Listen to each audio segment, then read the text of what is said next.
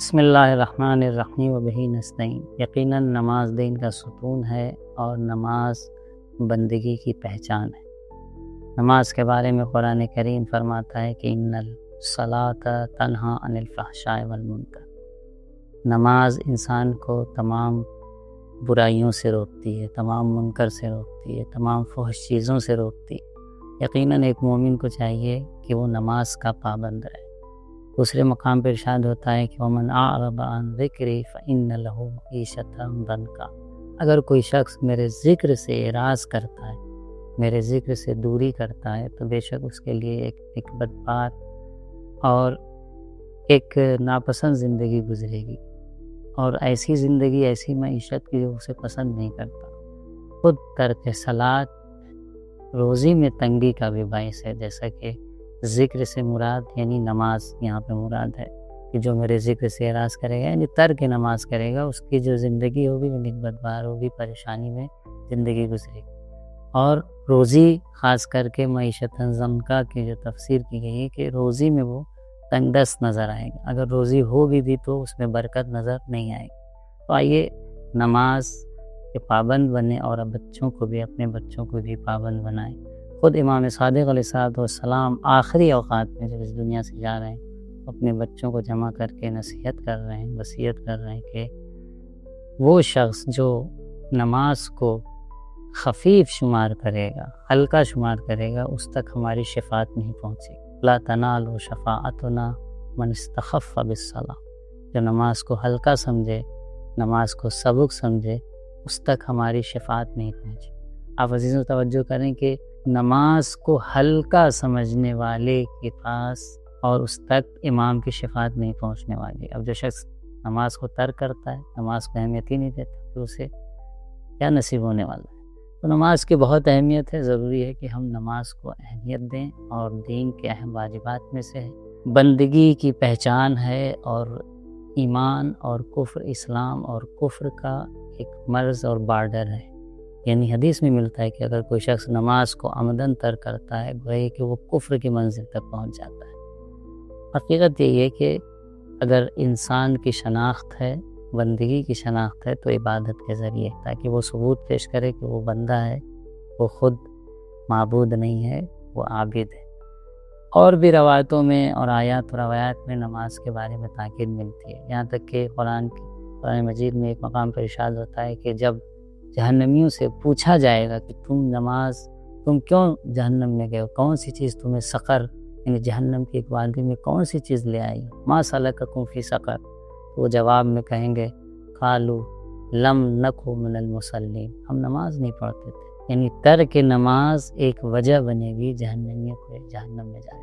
ایک شخص رسول خدا کی خدمت میں آتا ہے، آنے کے بعد کہتا ہے کہ مجھے کچھ نصیحت فرمائی۔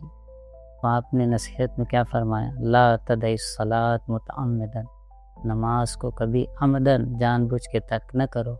فإن من ترکها متعمدا فقد برأت منہ ذمۃ الاسلام، جو نماز کو عمدن ترک کرتا ہے گویا ذمہ اسلام اس سے بری ہو جاتا ہے، یعنی اسلام سے وہ خارج ہو جاتا ہے۔ تو اس طرح کی احادیث نماز کی تاکید میں ہمیں ملتی ہیں، خاص کر کے اگر ہم چاہتے ہیں کہ زندگی میں برکت ہو، کامیابی ملے، ہمارے تمام کاموں میں رونق ملے، اور جو کام جس طریقے سے ہم کرنا چاہ رہے ہیں، جس کامیابی کے ساتھ، جس برکت کے ساتھ، جس اپنے مشن کے ساتھ اس میں ہمیں کامیابی ملے، تو کوشش کریں کہ نماز کو اول وقت پڑھیں۔ نماز سے نہ کہیں کہ ہمیں کام ہے، بلکہ کام سے یہ کہیں کہ ہمیں پہلے نماز پڑھنا ہے، پھر کام کی طرف جانا ہے۔ دیکھتے کو ملتا ہے بہت سے لوگ نماز پڑھتے ہیں تو تاخیر سے، جب فرصت ملے گی تو پڑھ لیں گے، کبھی قضا بھی ہوگی، نہیں، نماز کو ہلکا اور سبک شمار نہ کریں۔ دوسری حدیث میں رسول اکرم اسلام سے ملتا ہے کہ آپ نے فرمایا کہ لِكُلِّ شَيْءٍ وَجْهٌ وَوَجْهُ دِينِكُمُ الصَّلَاۃ، ہر چیز کا ایک چہرہ ہوتا ہے، اس چہرے سے وہ چیز پہچانی جاتی۔ تمہارے دین کا چہرہ تمہاری نماز ہے، یعنی تم اگر چاہتے ہو کہ اپنے دین کو پہچنواؤ اور یہ بتاؤ کہ تم دیندار انسان ہو، دین کو فالو کرنے والے ہو، تو اس کا چہرہ نماز ہے۔ سب سے پہلے نماز سے پابندی کر کے یہ بتاؤ کہ ہم دین کو فالو کرتے ہیں اور دین کو دیندار انسان ہیں۔ وجہ دینکم الصلاۃ، تمہارے دین کا چہرہ نماز ہے۔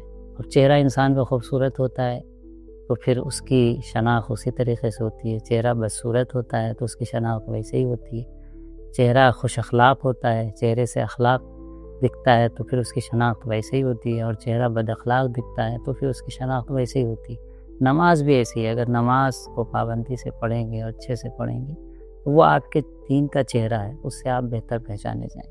فلا یشینن احدکم وجہ دینکم، تم میں سے ہر ایک یعنی کوئی بھی یہ کوشش نہ کرے، ایسا نہ کرے کہ اس کے دین کا چہرہ برا ہو، بد منظر ہو جائے، یعنی نماز کو اہمیت دینے کی وہ کوشش کرے۔